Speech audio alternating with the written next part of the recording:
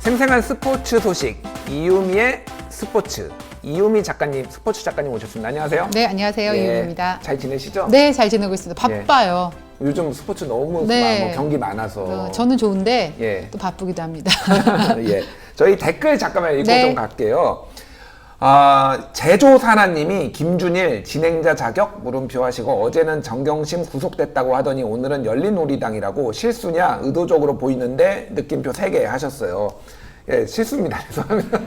제가 방송이 그렇게 원래 제가 뭐 방송을 했던 사람도 아니고 능숙하지가 않고, 그래서 뭐 열린우리당 뭐 이런 뭐 더불어민주당에 뭐 큰 의도가 있겠습니까? 어제 그리고 구속이라고 한 것도 제가 이 자리를 빌어서 좀 사과를 드리겠습니다. 구속이 아니라 구속영장이 청구가 되고 영장 실질 심사가 있는데, 이게 좀 마음이 급하다 보면은 그렇게 좀 이렇게 축약돼서 하기도 합니다. 그래서 뭐 제가 뭐 그런 거에 뭐 제 개인적인 생각은 전혀 없습니다. 그래서 그거는 죄송하다는 말씀을 드리고요.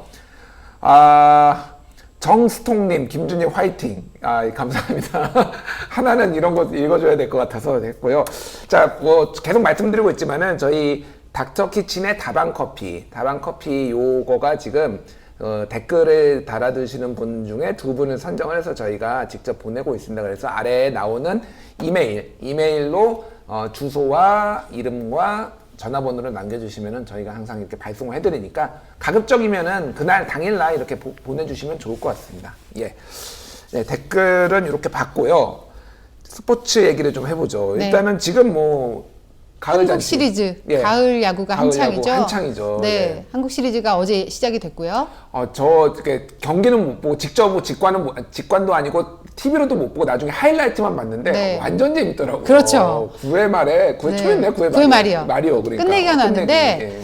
어제 경기 두산과 키움 9회 말에 끝났고요. 예. 이제 김하성 선수, 키움 선수의 실수 하나가 사실은 승패를 좌우하고 말았습니다. 그러니까요. 예. 원래 스포츠에서 수비를 잘하는 팀, 우승을 하려면 수비를 잘해야 된다. 이런 얘기했거든요. 축구도 네. 월드컵에서 우승하려면 수비를 잘하는 팀이 우승을 한다. 이런 얘기가 있듯이 예. 반대로 말하면 이 수비에서의 실책 하나가 우승을 좌우한다. 뭐 이렇게도 볼 수가 있거든요. 분위기가 싸해지고 네. 딱 넘어가 버리죠. 그렇죠. 상대팀으로. 예. 그래서 김하성 선수가 플라이볼을 하나 못 잡은 것이 결국 9회 말에 만루를 허용하게 됐고 오재일 선수의 끝내기 안타로 결국 두산이 7대6으로 승리를 했는데요. 예. 물론 키움의 기세도 만만치 않았습니다. 왜냐하면 1대6으로 뒤질 때 6대6을 만들었거든요. 그러니까 야금야금 쫓아가더라고요. 네. 그 키움이 언제부턴가 지지는 않을 것 같아. 약간 그런 걸 스스로도 생각한다는 느낌이 사실 듭니다. 옛날 두산 같은 느낌이 살짝 있어요. 맞습니다. 뭔가. 그리고 이번 한국 시리즈, 그러니까 포스트 시즌을 거치면서 몰랐던, 우리가 잘 알지 못했던 선수들, 저런 선수가 있었네 라고 느껴지는 부분도 두산의 화수분 야구를 조금 연상케 그러니까요. 하는 예. 그런 부분이 있습니다. 근데 이 두산이 1차전 승리를 했잖아요. 예. 우승을, 이제 1차전 승리팀 우승할 확률이 74.3%입니다. 높긴 하네요. 높고요. 예. 이 한국 시리즈 직행한 팀이 한 20일 정도 쉬거든요. 그렇죠. 그렇기 때문에 이 직행한 팀의 약점이라고 할 수 있는 것은 경기 경기 감각. 감각이죠. 예, 예. 그런데 어제 경기를 보니까 두산의 경기 감각은 별로 우려를 할 필요가 없겠다는 생각이 들었고, 특히나 끝내기로 이기면서 그 기세가 오히려 키움보다는 좀 높아졌기 때문에 그렇죠. 이 확률적으로도 높지만 분위기상으로도 두산의 분위기는 훨씬 더 키움보다는 좋겠다는 생각이 들고요. 이제 2차전 곧 조금 후에 5분 정도 후면 시작이 될 것 같죠? 2차전 시작합니다. 네, 예. 두산은 이형아, 키움은 이승호 선수가 선발로 나올 예정인데. 옛날에 SK 이승호 선수 아니죠? 아닙니다. 예. 네. 이승호 선수는 예. 이제 20살 선수. 20살. 아마 지난 시즌 예. 기억하면 플레이오프에 아마 19살 선수로 나와서 예, 예. 또 저런 선수가 이렇게 어린 선수가 이렇게 배짱 있게 던지네 이렇게 느꼈던 기억이 있으실 겁니다. 근데 지금 보통 우리가 단기전 같은 경우는 1차전에는 1선발을, 예. 2차전에 2선발, 원투펀치를 내잖아요. 그렇죠. 근데 이번엔 특이하게 두산은 어제 1차전에 린드블럼을 냈어요. 예, 예. 근데 키움은 요키시를 냈거든요. 예. 요키시는 한 2선발이라고 볼 수 있는데 그러게요. 냈고, 예. 두산에 강하다는 것 때문에 장정석 감독이 냈고요. 그래서 저는 사실 키움이 1차전을 패했기 때문에 원정에서 1승 1패는 하고 가야 된다라는 생각이면 에이스 브리검을 낼 줄 알았는데, 브리검이 나와야 되는 게 정석이에요, 그렇죠. 정석. 네. 예. 그런데 이승호를 했습니다. 그러니까 조금 파격적인 승부수를 띄운 게 아닌가 이런 생각이 드는데, 이 이형아와 이승호의 선발은 지극히 데이터의 야구에 기반을 둔 겁니다. 아, 그래요? 네, 왜냐하면 이영하 선수는 원래 3선발 정도라서 예. 목동으로 옮겼을 때 3선발로 나올 것으로 예상을 했는데 예. 데이터상 이영하 선수가 원정에 약해요.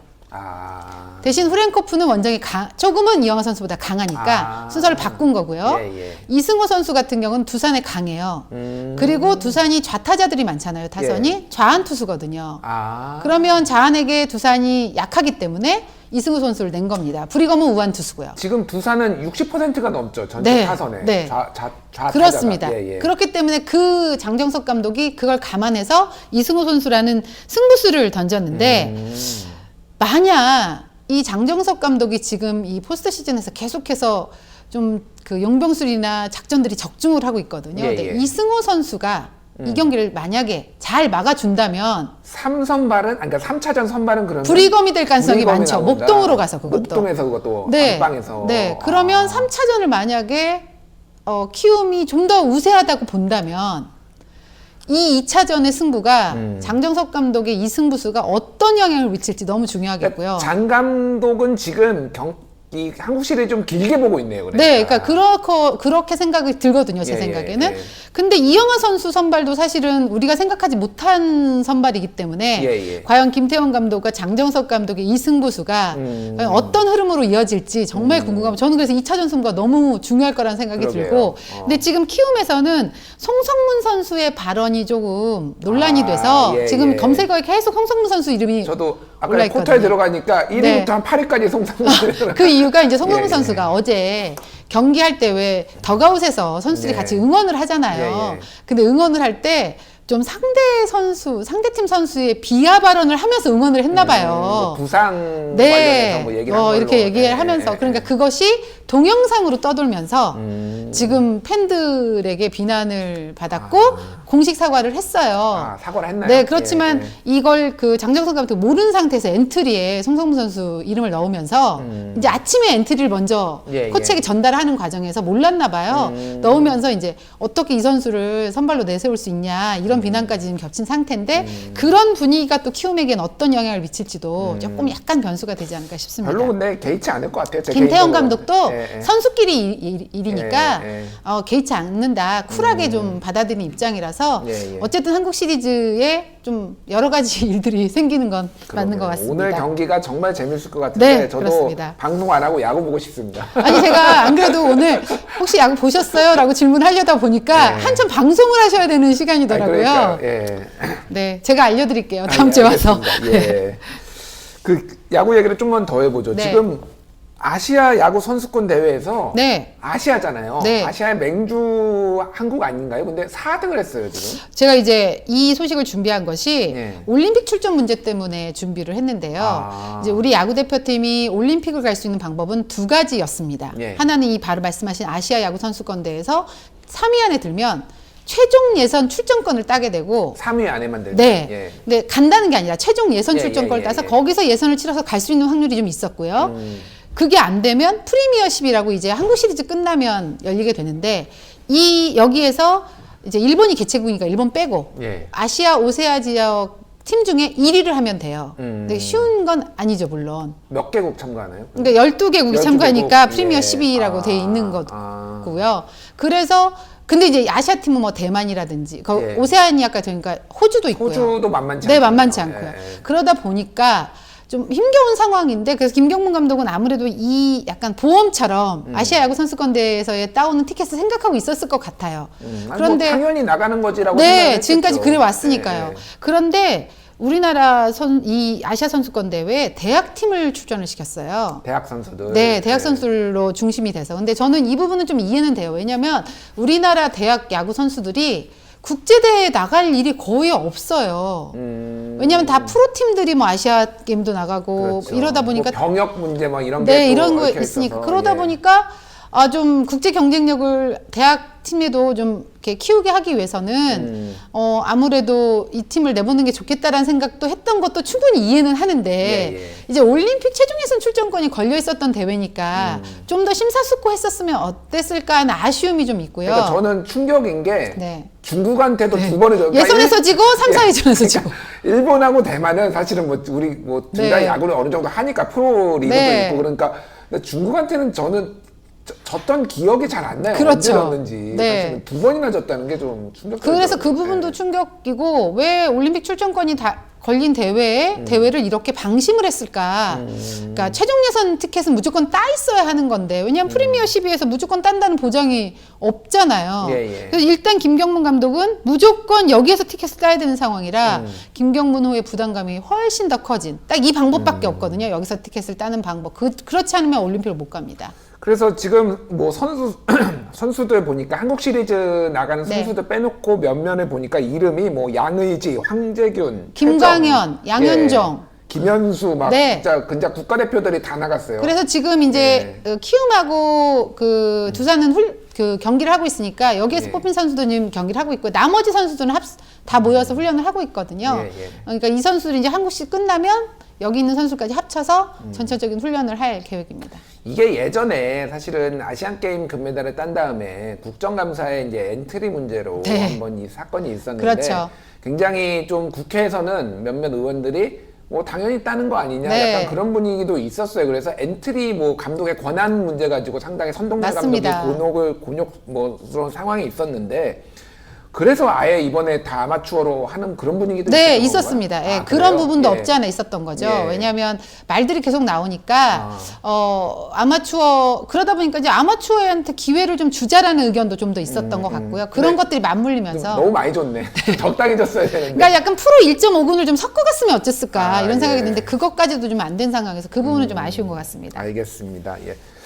프로축구 소식을 좀 알아볼까요? 네. 예, 인천 유상철 감독 얘기가 있던데. 이제 인천과 유상철 감독이 검색어에 한참 오르내릴 때가 있었어요, 며칠 예, 전에. 예. 근데 이거는 약간 배경 설명이 필요한 게 지금 프로축구는 파이널 라운드를 하고 있습니다. 예, 근데 예. 파이널 라운드에 대한 설명을 좀 해드려야 이야기가 쉬울 텐데요. 우리나라 프로축구는 K리그 1과 그러니까 1부 리그죠. 예, K리그 2, 2부 리그로 나눠져 있는데 시즌을 K리그 1 같은 경우는 5개 경기를 남겨놓고 파이널 라운드를 하는데요. 예, 이 파이널 라운드를 어떻게 하냐면 상위 6개 팀, 하위 6개 팀 해서 파이널 A, 파이널 B. 그래서 상위 6개 팀끼리만 5경기를 하고 하위 6개 팀끼리만 6경기를 해요. 5경기를 해요. 예. 그러니까 여기에는 뭐 선두, 그다음에 아시아 축구연맹 챔피언스리그 출전권, 예, 그리고 예. 파이널 B에서는 강등권. 왜냐면 우리나라 프로축구가 승강제가 있기 때문에 승강제가 있죠. 예. 여기 그 2부 리그 팀의 1위는 무조건 1부 리그로 올라오고요. 우리 여기 1부 리그의 12팀 무조건 2부 리그 떨어집니다. 재정적 타격이 어마어마하죠. 지원도 못 받고요. 예, 그리고 11위 팀과 2부 리그의 플레이오프 올라오는 팀이 맞붙어서 여기서 이제 잔류와 강등이 정해지는 거거든요. 예. 그러니까 10위까지 하면 괜찮아요. 예. 근데 인천이 약간 그 강등권 경쟁을 하고 있는 중이에요. 그 밑에서 지금 싸우고 있었군요. 네, 그런데 인천이 참 희한한 팀인 게 늘 그러다가 살아남았던 팀이라 이 팀이 성남을 1등으로 이기면서 12위를 딱 하니까 이게 좀 심상치가 않게 더 느껴졌던 거죠. 그런데 이천수 전력강화위원장도 이 경기 후에 아직도 경기가 많이 남아있는데 예. 눈물을 펑펑 쏟고 선수들도 울고 그러면서 유상철 감독을 이제 화면에 잡혔는데 예. 좀 얼굴 낯빛이 별로 좋지 않으니까 혹시 유상철 감독이 아픈 거 아니냐 이런 얘기가 오가면서 예. 검색어에 계속 유상철 감독의 이름이 예. 오갔던 거고요. 그러면서 여러 가지 설들이 난무했어요. 그러다 보니까 인천이 공식적인 발표를 합니다. 예. 일단 아픈 거 맞고 예. 그 황달 증세가 있어서 병원에 입원해서 정밀 검사를 받을 것이고 이미 받고 있고요. 그리고 이번 이제 주말에 벤치에 앉을 예정이라고 해요. 그런데 유상철 감독이 아픈 게 확실하긴 한데 유상철 감독이 본인의 몸 상태를 완전히 공개하는 걸 원치 않고 있고 벤치에 계속 앉고 싶어 하기 때문에 예. 본인의 그 의사를 존중한다는 차원에서 지금 더 이상의 언급은 다들 자제하는 그런 분위기거든요. 그렇군요. 그래서 저도 더 이상 뭐 자세하게 전해드리지는 못하겠지만 어쨌든 유상철 감독의 KU의 마음을 담아서 네. 인천 선수들이 또 감독님을 위해서 열심히 뛰겠다는 마음을 갖고 있으니까 인천 팬이 아니더라도 약간 응원의 마음을 좀 가져주셨으면 그러게요. 예. 어떨까 그런 생각이 듭니다. 유상철 감독님의 쾌유를 좀 기원을 하고요. 네. 그리고 인천 하니까 사실 제가 그 인천 팬 그 광팬 한 명 알고 있거든요. 손수호 네, 변호사라고. 맞습니다. 손수호 변호사 화면에 계속 비치죠. 인천 경기하면. 손수호 변호사랑 같이 방송을 하는 게 있어요. 네. 그래가지고 가끔 뵙는데 한번 이유미 작가님 오셨을 때 손변을 한번 모시고 네. 인천 유나이티드 얘기를 한번 해야 되겠네요. 아마 저보다 훨씬 더 많이 알고 계신 걸로 알고 있습니다. 예. 매주 거의 경기를 찾아가서 원정 경기도 보시더라고요. 제가 외모로 뭐 이렇게 누구를 품평하는 거 좋아하진 않는데 아마 대한민국 변호사들 중에서 제일 잘생기지 않았을까 저는 개인적으로 그렇게 생각해요. 실물을 한 번도 뵌 적이 없는데 꼭 예. 확인하고 싶습니다. 네, 한번 손수호 변호사님 이거 보시면은 꼭 예, 나와주시길 바라고요. 예. 축구 대표팀 지난번에 북한에서 경기하고 돌아온 우리 축구 대표팀 네. 얘기를 좀 해보시죠. 예, 아니 하시죠. 제가 그 다음 날 온다고 말씀드렸잖아요. 예. 이제 왔는데 선수들의 모든 말이 욕설이 난무했고 예. 거친 경기였고 예.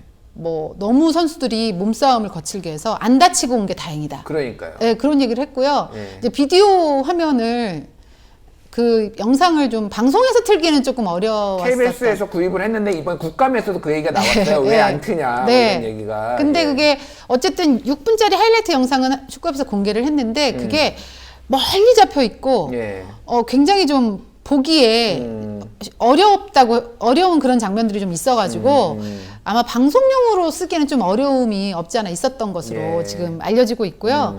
일단 북한전 마치고 선수들이 다 소속팀으로 복귀를 했는데 손흥민 선수도 복귀해서 교체 출전하고 이강인 선수도 교체 출전했는데 그날 경기 퇴장도 당하고 막 이랬어요. 예. 그러다가 오늘 손흥민 선수가 챔피언스리그 경기에서 골을 2골이나 넣었습니다. 아 역시 예. 손흥민. 지베지다전에서 했는데 손흥민 예, 예. 선수 2골 넣었고요. 5대0으로 토트넘 이겼는데 토트넘이 요즘 좀 부진하다는 말씀을 전해드렸었잖아요. 수비가 무너졌다. 네, 그때. 계속 예. 좀 그런 면이 있다가 챔피언스 물론 이제 이 지베지다가 그렇게 강한 팀은 아니에요. 세르비아 예. 축구 대표 그 축구 프로팀인데 그렇지만 어쨌든 5대0 승리를 거두면서 뭔가 분위기 반전을 할 수 있는 기회를 삼았다는 생각이 들고 손흥민 선수 같은 경우는 이 경기 최우수 선수로 뽑히기도 했습니다. 그래서 통산 유럽 리그에서 121골을 기록하면서 차범근 전 감독이 보유한 한국인 유럽 무대 최다골 타기록을 세웠거든요. 이제 한 골을 넣을 때마다 새 기록이 역사가 쓰여지는 새로 거네요. 쓰여지는 예. 그런 겁니다. 그리고 손흥민 선수가 세계 최고의 선수에게 주어지는 발롱도르 후보에 올랐는데요. 메시도 올랐고 호날두도 올랐고 은바페도 이런 자원들이 모두 포함되어 있는데 손흥민 선수가 포함이 돼서 이목을 끌고 있고요. 그럼 발롱도르 받나요 이번에? 심리성은 떨어지죠. 예. 그런데 떨어진다. 어쨌든 우리가 발롱도르 그러니까 2년에 설기현 선수가 한번 후보에 올랐고 박지성 선수가 설기현 선수. 2005년에 이름을 올린 적이 있으니까 예. 수상 가능성은 낮아도 4년 만에 그럼 오른 거네요. 네.